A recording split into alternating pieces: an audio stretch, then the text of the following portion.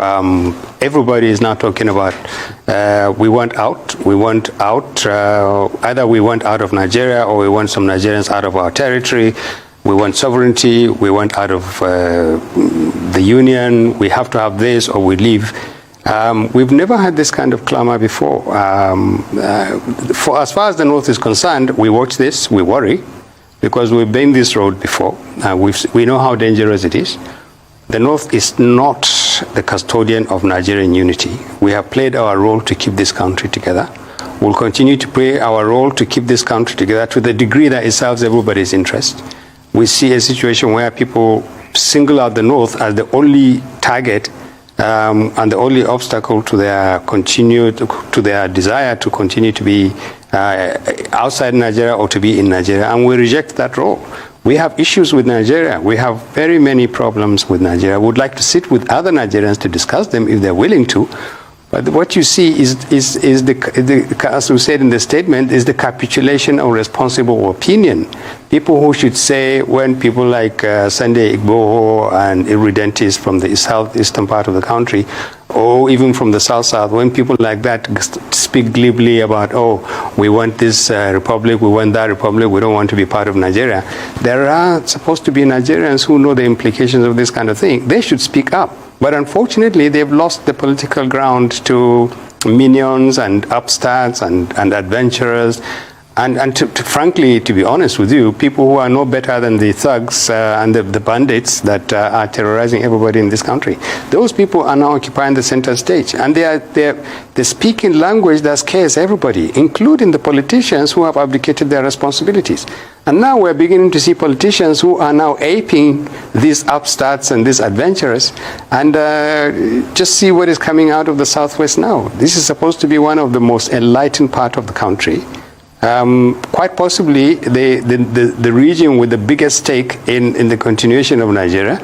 Enlightened community that has always said it is in the front, it is progressive, it can find solutions to the rest of the country. And the leadership in the Southwest is speaking the same language as the politicians that their ineffective leadership and the ineffective leadership of the country at the center is creating. And this is a real threat. So, yes, we are worried about these languages. We know some of them are being targeted at the North. We are quite capable of defending our own interests, and we can speak our own language. But we don't want a situation where the North is adding to some of these rhetorics, because clearly we need to bring down the temperature. We need responsible people to speak. And in our statement, we appealed to the responsible Nigerians, don't yield this country to brigands and lawbreakers and people who are only relevant when they threaten Nigeria. Don't allow it to happen.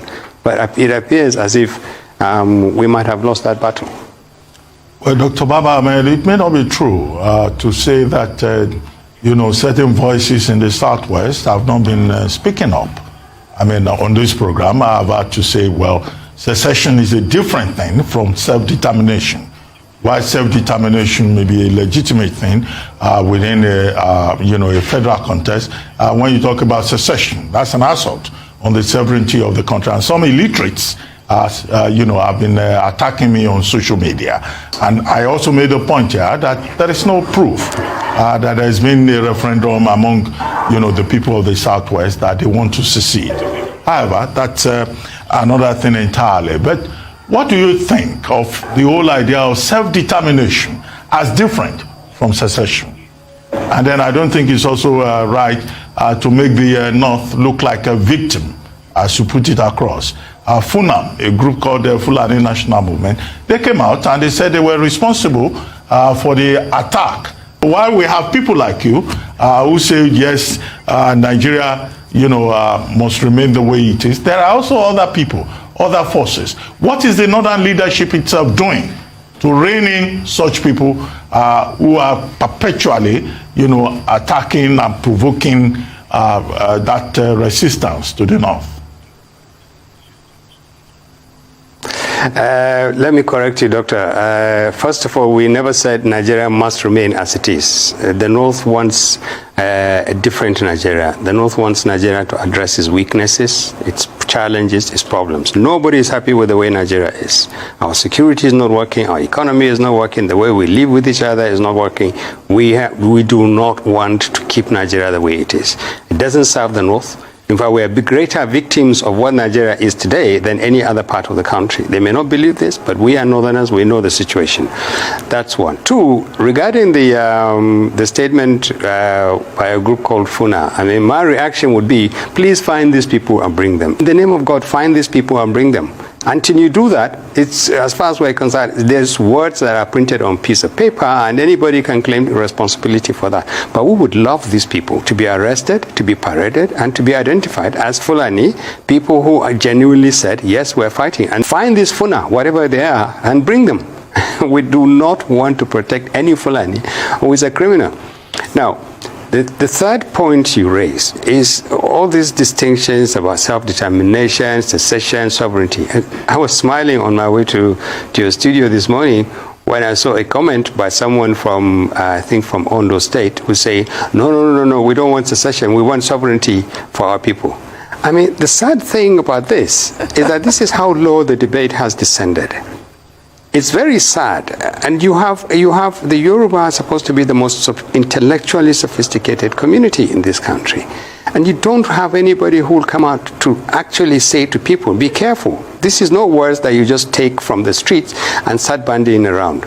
What is the distinction between sovereignty and self-determination? What does self-determination mean? There are people who talk about the Yoruba nation. There are people who say we want out of Nigeria completely. There are people who say, no, we want self-determination. Everybody wants self-determination. A federation is actually an expression of self-determination. It says there will be one nation with units and sections where substantially the people in that place have some power to determine how they want to live. At the same time, they are also agreeing to live in a country. That's what a federation is. Now, we want to lose our federation? Let's talk about it. But this tendency for people to say, we want it our way or nothing else, is very dangerous to them and to the rest of the country. If Nigerians cannot agree on a definition of what we want to go forward, if Nigerians think that threatening each other or threatening some abstract country called Nigeria, and it is not abstract, it's our country, it's yours country, it's your country. What happens in Olu affects the people in Zamfara. What happens in Katsina affects the people in Akure. That is the simple truth. We don't want to accept this, but that is the truth. This is one country. To the degree that we're still one country, anybody who offers a solution that threatens somebody else, that is not a solution. That is a threat to him, that is a threat to the person it threatens, and that is a threat to the country. The problem really is that there's a huge vacuum. There's a vacuum around governance. The government is not governing. Governors themselves are not helping the situation by the manner in which they respond. But the biggest vacuum is the vacuum of responsible, honest Nigerians. Now, I would like to say this, even though it may sound a bit arrogant, but the Northern Elders Forum has been consistent, has been responsible. We've offered opinions that are consistent with national interest, consistent with Northern interest, and we've always said, and it's in that statement, our hands are stretched. We are willing to talk with anybody. Not because we are in a position of weakness, but because we believe that we should continue to play the role, the responsible role that the North has always played in the protection and projection of the interests of Nigeria. We have no apologies for that, and we're very proud of the role of the North. But we need to do this. Where are the elite? Where are the leaders? Where are the elders? Why are we leaving so much vacuum? Why are we leaving so much space for brigands, for terrorists, for people who terrorize us, if not by gun, but by the way they speak, or by the way they chase away other Nigerians, and they create this tension and this fear? Where are the leaders? Where are the responsible people? That's really where Nigeria is hurting. The truth is that there's enough on the ground to question the efficacy and the legitimacy of the Nigerian state in terms of its commitment to protect us, to improve the way we deal with each other, to shield the country from abuse. The way to go about it is, I think, that we need to talk to each other. there are enough Nigerians of goodwill. They're being scared. So most of them are being scared to say anything. Most of them think that they can weather this storm, and they won't. We can reach out. From the Northern Elders Forum's point of view, we are talking to other groups from other parts of the country. We are always talking to other groups. We want to see if we can re-engineer some kind of an arrangement and a consensus between us and other groups in the other parts of the country on the basis of mutual respect and a recognition of the fact that no part of this country is going to get any advantage of another part of the country just simply because that is what it wants. You can't do that. And then we want to talk about restructuring. We want to talk about amendments to the Constitution. The problem is, and we've said this before, people who think that the solution lies in the National Assembly, I think are mistaken. The National Assembly is made up of people that we sent to the National Assembly. We ask them to go there and represent our interests. They have drawn a line around what is our national interest, what is our interest, and what is their interest. It doesn't appear to be their interest that they can actually exercise a decisive amendment to the Constitution to the point where it addresses at least the most minimum requirement. How do you address the issue of security, for instance? You have a federal system where the central government controls the police and the military and virtually everything, security and intelligence agencies. And when they don't work, it means nothing works in the country as far as security is concerned. And we know that we need to decentralize. We need to allow some kind of sub-state policing to exist. But what is the National Assembly doing about it? We know that we need to address the issue about the nature of our federal system. It's not working. There's too much resources, too much responsibility at the center. It needs to be decentralized. Would the National Assembly do this? The way the National Assembly is going now, they will eventually bring out the result of their current constitutional amendment, but we don't attach too much, we don't think that Nigerians should raise their hopes too high, that the National Assembly initiative is likely to produce anything tangible. And this is what is worrying a lot of Nigerians. They know on the basis of tradition, the National Assembly is not exactly an activist in terms of addressing fundamental issues about the federal system. We want to go beyond this. And the first step will be to have Nigerians talk to Nigerians. There is no law that says we can't talk to each other. There's no law that says we can't create a forum that allows us to look at the nature of the Nigerian federal system and then make inputs where it's necessary. Say to our leaders, there's an alternative to the way you're going. This is our country. We can decide through you. We agree that there's a constitution. We agree that there's a federal system. But there are 5 or 6 things that you have to do. You have to do. And these are them. You can look at them, but again, you have to remember that they will have to decide. If they think it's good enough, they can decide it. If they think it's not good enough, it dies. You said Nigerians need to talk. You said we should not rely on the National Assembly to do that talk. What exactly are you recommending? Another political conference by an administration that rejected the 2014 National Political Conference by the Goodluck Ebele Jonathan administration. If that is what you are recommending, okay, what should be the highlights? Because you said there are 5 or 6 points to talk about. And who is going to talk to who? Because in the course of this conversation, you've been putting down Southern leaders. You say Southern leaders have not been talking, the North is ready. Is this same Southern leaders that the North who would like to talk to? Over to you. We would talk with anybody who wants to talk, and we've been talking to Southern leaders, actually, incidentally. They know themselves. There are socio-cultural groups that we've been engaging, and we will continue to talk with them, where the chances are good that maybe we would survive the new self-appointed leaders of the ethnic groups who are organizing 1 million man march to leave Nigeria. or the irredentists from the southeast who just don't want to talk. They want out. Let me clear this. We respect the Nigerian Constitution. We believe that the National Assembly, one way or the other, has to be instrumental to whatever we do. And we are willing to engage the National Assembly and channel whatever suggestions we have through them. What we believe needs to be done is that Nigerians themselves, not the government, Nigerians themselves should reach out for each other and sit down. And you'll be surprised, Doctor, there are quite a number of initiatives in that direction. In the next few weeks, I think Nigerians will see some very serious efforts being made from across the country to sit down. It's not entirely all gloom and doom. We haven't lost the battle yet. I think some responsible Nigerians are beginning to wake up and to find the courage to actually say, what can we do?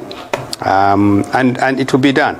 Now, the difference between what we want to do now and between the reference you made to the 2014 conference will be that this will largely be a citizen-driven exercise. Eventually, we will have to engage the government, the National Assembly, the legislature, maybe the president himself, and say we believe that what we have documents that we believe are going to be useful. Some require immediate legislation and action, and some could be taken up in the long term. The bottom line is you need to fix key parts of this country, the nature of the democratic process, the electoral process, devolution of powers, addressing issues like regional or state police. Because some people see some benefit in making these problems worse. They think that, okay, if we say, unless we have this, this is going to happen. Unless the presidency comes to us, we don't want to be part of Nigeria. We don't want anything to do with Nigeria. But if you give it to us, everything will be fine. Otherwise, there will be this and there will be that, there will be restructuring, there will be secession, there will be self-determination, there will be sovereignty, whatever. Tell me the kind of president who will agree to restructure this country, whittle down the power of the presidency, whittle down the power of the National Assembly, which represent threats to this country, whittle down a lot of the issues that will reduce the problems that represent serious threats to the Federation. Which president would accept that? If you come to power on the basis of this current constitution, I bet you no president, no legislature, no governor, not even a state assembly will agree to change this country. This is the reason why we need to fix some key parts of the way we work. A country virtually falling apart because some people think it's not worth living in Nigeria unless you get what you want in the political short term, and an election which is going to be impacted by the political environment in which it takes place. This is what we want to say. But to get back to the answer of the question I'm telling you, Northern Elders Forum is a very responsible group. It is top. Please go ahead, sir. Hello, Dr. Baba Ahmed, please go ahead. We have people we're talking with. They appear to be amenable to being to discussing with us. We believe that there's a lot of hostility around talking at all, and this is how sad this country has become, that elders and leaders cannot even talk, because people think just when you talk to each other now, you're submitting. But we will talk, and we will continue to talk. We will explore ways in which we can work, not as a concession to anybody else, but because we believe that unless Nigerians talk, everybody is in trouble. We must talk. We must reach out to each other. We must make concessions to each other. We want everybody to bring their version of what they want to see as Nigeria. We want to see what can be done now. We want to see what can be done later. And we'll play our role as Northerners. We have always played our role as Northerners, and will continue to do so. As I said, we don't have any apology for speaking up for this country if it is so. But we also do not want to be made victims of standing up for this country because some people believe the North only belongs, the Nigeria only belongs to Northerners. We are poor, we are insecure, we are frightened, we are scared, but we are still on our feet, and we will talk with anybody. We will do whatever is necessary to protect ourselves, as well as protect a country that we believe can be fixed and can be made to work. Well, you keep talking about the interest of the North, Dr. Baba Ahmed. There are some Nigerians who will say, well, you keep defending the North because the North has benefited more from the Nigerian arrangement. That's the thinking of some people in the South. Look, I'm not going to let you get away with that comment about the North has benefited from Nigeria. You know that. Look at the North now. We have never been in a worse state. Never. Economically, in terms of security, in terms of politics, never. And so I laugh sometimes when I say, oh, you can say that because the North is enjoying, is benefiting. How do you really enjoy? We have villages where in the night women have to go and climb trees just to stay safe. And I'm not talking, this is not fiction, I'm talking to you about villages where in the night nobody stays in their houses. They live in Katsina, in Zamfara, in many parts of the North. Women live and women and children have to stay on trees just to be safe. Good day to our viewers all over the world and welcome back to Local Journal. We've listened to what this northern leader has said concerning people who are clamoring for secession and self-determination in Nigeria. Self-determination is something you can do legitimately without anybody criminalizing you. It's something that is legal and any region can pursue it provided it's within the purview of the constitution. Now, if you listen to him very well, you notice that he said that it is only the North that are fighting for the unity of Nigeria. While they not fight for the unity of Nigeria, other region leaders, they are not talking about this unity at all. They are supporting these people who are coming up to say that we want the division of Nigeria behind the scene and making it look as if it's the youth that are saying it. See, the truth here remains that the fact that these northerners and these northern leaders are not seeing anything with their domineering politics and the fact that they see Nigeria as their own personal property is what I don't really get, because that is where the problem needs to be addressed from first. They say he who comes to equity must come with a clean hands. You're saying that the South are complaining that they want out of Nigeria, but you know that the North is the cause. The North is the reason why every region is saying that they don't want to be part of this whole unity called Nigeria again, because it's obvious that the North is the one benefiting from this unity.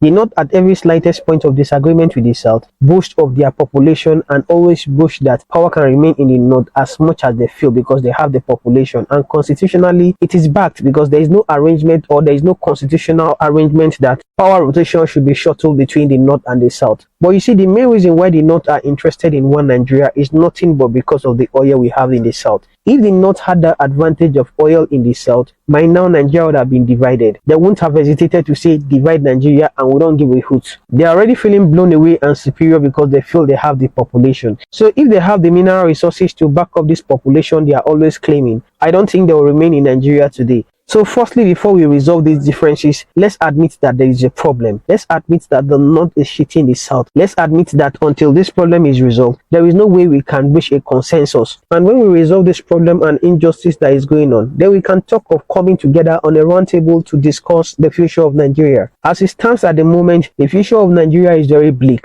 And I'm sorry to say this, even if the National Assembly are not ready to pursue the interests of the people and the interests of the masses, a time shall come when the masses will take the laws into their hands and they will enforce anything they want by force. So the earlier these northern leaders make peace with the fact that they are marginalizing the South, the better for them. Can you drop what you have to say in the comment section? And if today is your first time to visit our channel, please kindly like, share and subscribe to our channel.